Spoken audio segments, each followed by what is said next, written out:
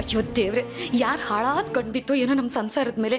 ನನ್ನ ಒಡವೆನೆಲ್ಲ ನೀನೇ ಕಾಪಾಡಪ್ಪ ದೇವ್ರೆ. ಈ ರೈಡು ಅನ್ನೋ ಪದ ನಾನು ನ್ಯೂಸಲ್ಲಿ ಓದ್ತಿದ್ದೆ, ಪೇಪರಲ್ಲಿ ಓದ್ತಿದ್ದೆ, ಈಗ ನಮ್ಮನೆ ಮೇಲೆ ಆಗೋಗಿದೆಯಲ್ಲಪ್ಪ ದೇವ್ರೆ. ನಿನ್ನ 101 ಕಾಯಿ ಓಡಿಸ್ತೀನಿ. ನನ್ನ ಒಡವೆನೆಲ್ಲ ನೀನೇ ಕಾಪಾಡಪ್ಪ, ಪ್ಲೀಸ್ ಪ್ಲೀಸ್ ಪ್ಲೀಸ್ ನೀನೇ ಕಾಪಾಡಪ್ಪ.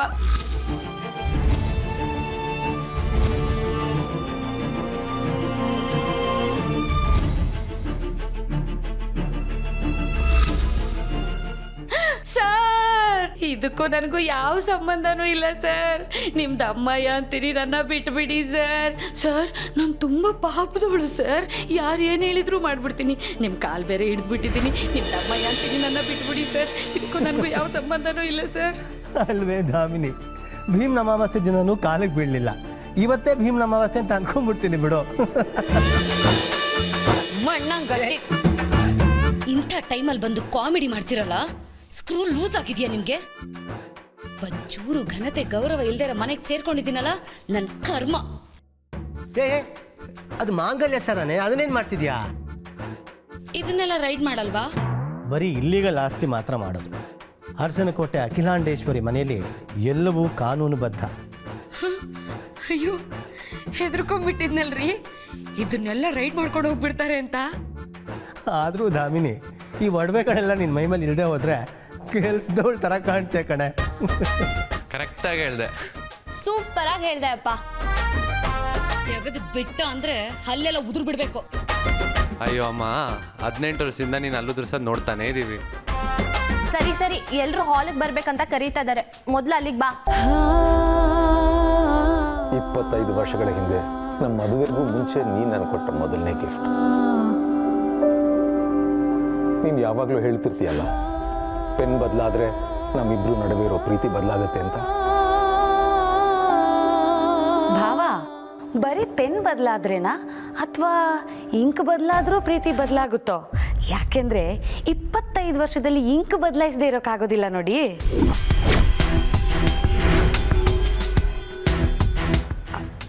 ಅಕ್ಕ, ಡೌಟ್ ಬಂತು, ಅದಕ್ಕೆ ಕೇಳಿದೆ.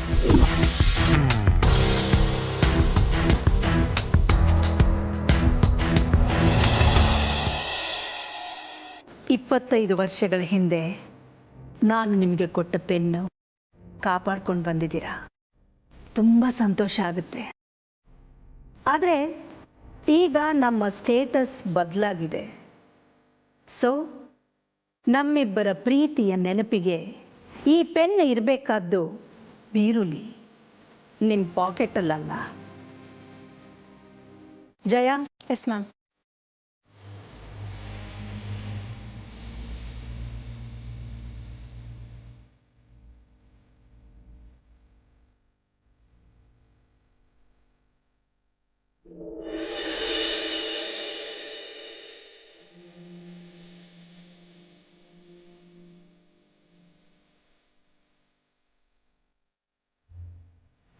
ನಾವು ಹಾಕೋ ಬಟ್ಟೆ, ನಾವು ಉಪಯೋಗಿಸೋ ವಸ್ತುಗಳು ಕಾಲಕ್ಕೆ ತಕ್ಕಂತೆ, ಘನತೆಗೆ ತಕ್ಕಂತೆ ಬದಲಾಗ್ತಾ ಇರಬೇಕು.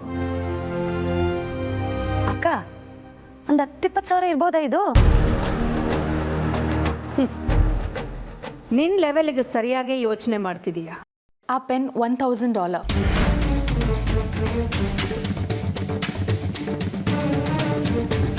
ಪ್ಯೂರ್ ಗೋಲ್ಡಿಂದ ಮಾಡಿಸಿದ್ದು.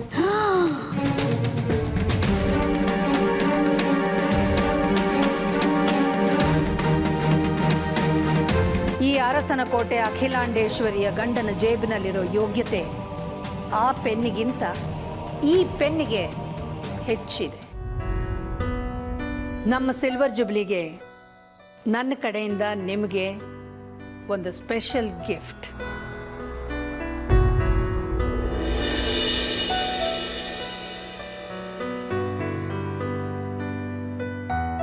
ಅಖಿಲ, ಒಂದು ಪೆನ್ನಿಗೆ ಬೆಲೆ ಕಟ್ಟಿ ಯೋಗ್ಯತೆ ಅಂತ ನೋಡೋ ನೀನು ನಮ್ಮ ಮನೆಗೆ ಬರೋ ಸೊಸೆ ಹೇಗಿರ್ಬೇಕು ಅಂತ ಅನ್ಕೊಂಡಿದ್ಯಾ?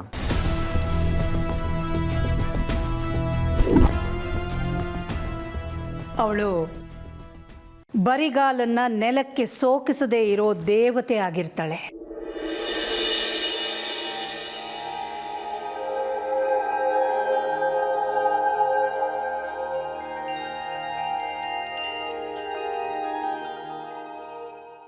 ಅವಳ ಕಣ್ಣುಗಳ ಹೊಳಪು ಹಿಡೀ ವಜ್ರಕ್ಕೂ ಮಿಗಿಲಾಗಿರುತ್ತೆ.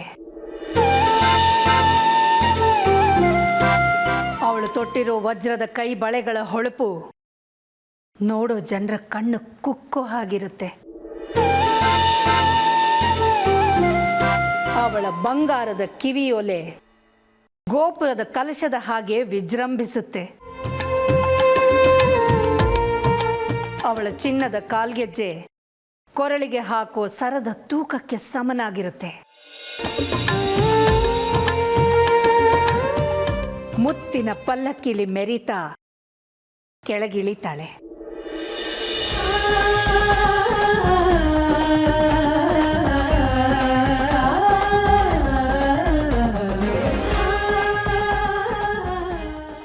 ನಮ್ಮಿಬ್ಬರನ್ನು ಒಂದು ಮಾಡಿದ ದಾಸವಾಳದ ಹೂವಿನ ಹಾಗೆ ಸದಾ ನಗುವಿನಲ್ಲೇ ಅರಳಿರ್ತಾಳೆ.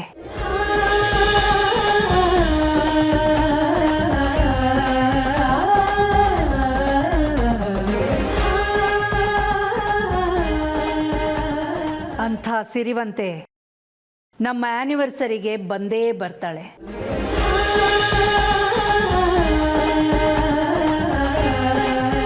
ಅವಳನ್ನ ನಾವು ಇಡೀ ಪ್ರಪಂಚಕ್ಕೆ ಪರಿಚಯಿಸ್ತೀವಿ.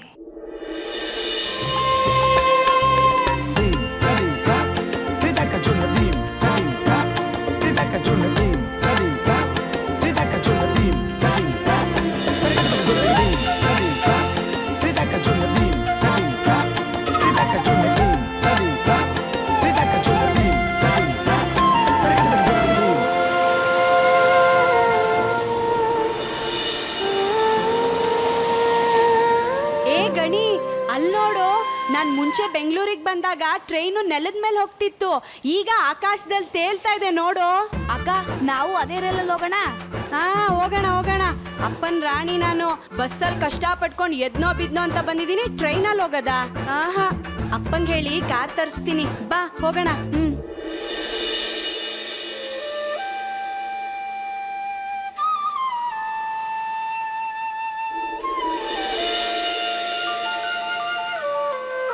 ಒಂದು ನಿಮಿಷ. ಹಲೋ ಅಪ್ಪ, ನಾನು ಗಣಿ ಬೆಂಗಳೂರಿಗೆ ಬಂದ್ವಿ. ಹುಷಾರಾಗಿ ಬಂದ್ಯಾ ಮಗಳೇ? ಈ ದಡಿನ್ ಕಟ್ಕೊಂಡು ಏನ್ ಹುಷಾರಾಗಿ ಬರೋದು, ಹೆಂಗೋ ಸಂಭಾಳ್ಸ್ಕೊಂಡ್ ಬಂದೆ. ಮಾರ್ಕೆಟ್ ಬಸ್ ಇಳ್ದು ಮುಂದೆ ನಡ್ಕೊಂಡ್ ಬಂದ್ರೆ ಅದೇ ಇಲ್ಲೆಲ್ಲ ಮೇಲ್ ಟ್ರೈನ್ ಹೋಗುತ್ತಲ್ಲ, ಅಲ್ಲಿದ್ದೀನಿ, ಬೇಗ ಬಂದ್ ಕರ್ಕೊಂಡು ಹೋಗು. ಸರಿ ಸರಿ, ಅಲ್ಲೊಂದು ಆಟೋ ಹತ್ಕೊಂಡು ಅರಸನ ಕೋಟೆ ಅಖಿಲಾಂಡೇಶ್ವರಿ ಅವ್ರ ಮನೆ ಅಂತ ಹೇಳು, ಅವ್ರಿಗೆ ಗೊತ್ತಾಗುತ್ತೆ, ಕರ್ಕೊಂಬಂದು ಬಿಡ್ತಾರೆ. ಆಹಾ, ಬಂದ್ಬಿಡ್ತಾರೆ. ಎದ್ನೋ ಬಿದ್ನೋ ಅಂತ ನಿನ್ ರಾಣಿ ಬಸ್ಸಲ್ಲಿ ಬಂದ್ರೆ ಆಟೋಲ್ ಬಾ ಅಂತ್ಯಾ? ನಾನ್ ಬರಲ್ಲ, ದೊಡ್ಡ ಕಾರ್ ತಗೊಂಬಂದ್ ಕರ್ಕೊಂಡು ಹೋಗು. ನಾನೀಗ ಬರೋಕ್ಕಾಗಲ್ಲ ಕಣೆ ಪಾರು.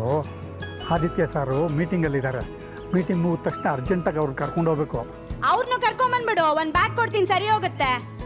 ಅಯ್ಯೋ, ಹಾಗೆಲ್ಲ ಮಾತಾಡಬಾರ್ದು ಕಣೆ, ನೀವು ಸುಮ್ಮನೆ ಒಂದು ಆಟೋ ಹಿಡ್ಕೊಂಡು ಬನ್ನಿ. ಕರುಣೆಯ ಪೈರು ನಮ್ಮ